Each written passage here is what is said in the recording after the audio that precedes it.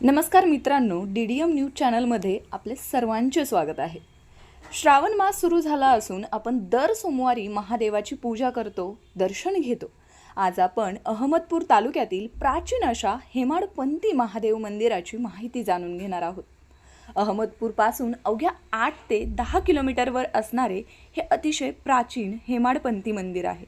विशेष म्हणजे आडावर म्हणजेच विहिरीवर शिखर असलेलं वेगळं वैशिष्ट्य या मंदिराचं आहे. आडाचा तळ कुणी पाहिला नाही, पण 7 बाजूंचं शुभ लाभलेलं एवढं हे आड खोल आहे, असे जुने लोक सांगतात. अद्याप या मंदिराच्या आतील शोध कुणी घेतलेला नाही. मध्ये किती पाणी आहे किंवा काय आहे हे कुणालाही माहिती नाही. त्या विहिरीवरच आत नंदी, महादेव, पार्वतीची मूर्ती आहे. चतुर्मासात म्हणजे 4 महिने हे मंदिर पाण्यात असते. अतिशय पुरातन वास्तूचा ठेवा असणारे हे मंदिर आहे. या मंदिरात जी विहीर आहे त्याचेच पाणी समोर असलेल्या कल्लोळात येते.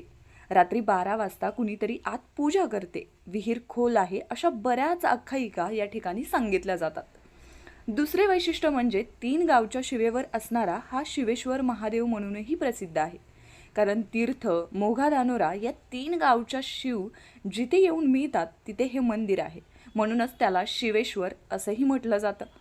सहकार मंत्री बाबासाहेब पाटील यांनी दिलेल्या निधीतून व गावकऱ्यांनी गोळा केलेल्या वर्गणीतून भव्य असे 2 मजली सभागृह या मंदिरात समोर बांधण्यात आलेले आहे.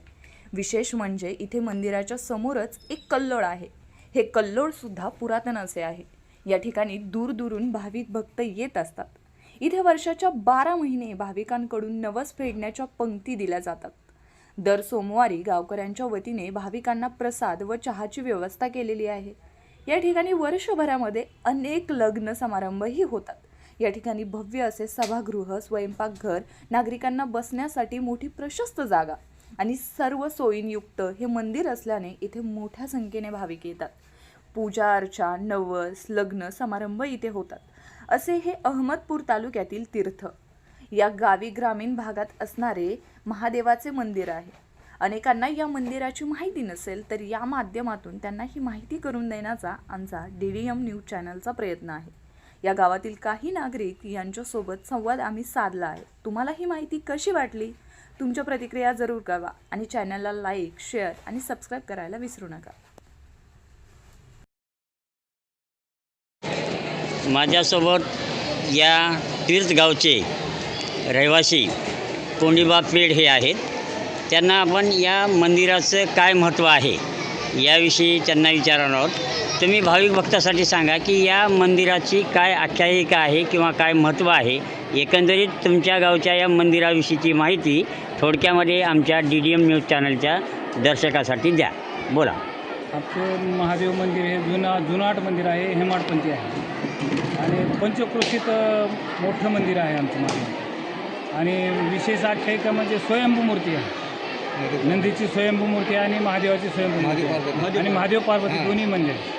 आणि विशेष करून मध्ये आडावर शिखर आहे आणि आडामध्ये 7 बाजूचं सून लागतात अशी आख्यायिका आहे. बरं, हे आता मंदिर काय पाणी भरल्यामुळं बंद आहे का? हो, 4 महिने पाणी देव मंदिर पाण्यामध्ये राहते. 4 महिने पाणी राहते मंदिरावर. बरं बरं. मग ते शिखर जे आहे तिथं काही मध्ये गेले कुणी जायचा रस्ता काही खाली नाही, म्हणजे विहीर आहे का खाली तिथे? मग ह्या बारवचं आणि त्या ह्याचं काही कनेक्ट आहे का? आडामधून 12 बरं बरं बरं बरं. मग काय इथं दुरून भाविक भक्त ते येते तिथं नेहमी?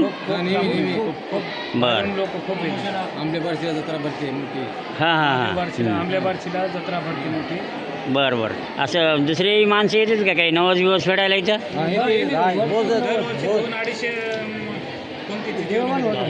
लग्न कार्य वगैरे काही इथं आहे का सोय सर्व? आता हे 2 मजली सभागृह म्हणजे त्याच्यासाठीच वर हे. अच्छा. हां हां हां. आता परिसरही म्हणजे व्यवस्थित करून ठेवलेला आहे. भावी भक्ताची इथं काही सोय आल्यावर हां बरं. नाही तर बाहेर गावून कोणी आलं तर काय राहण्याची वगैरे व्यवस्था आहे का? बरं. म्हणजे कोणी कोण समजा कुटुंब आलं इथं त्यांना काही करायचं आहे, नवस फेडायचं आहे तर त्यावेळेस त्यांच्या राहण्याची वगैरे व्यवस्था आहे इथं. आणि गावकरीच तुम्ही ते सर्व त्यांना मदत करू लागता. हां चालेल.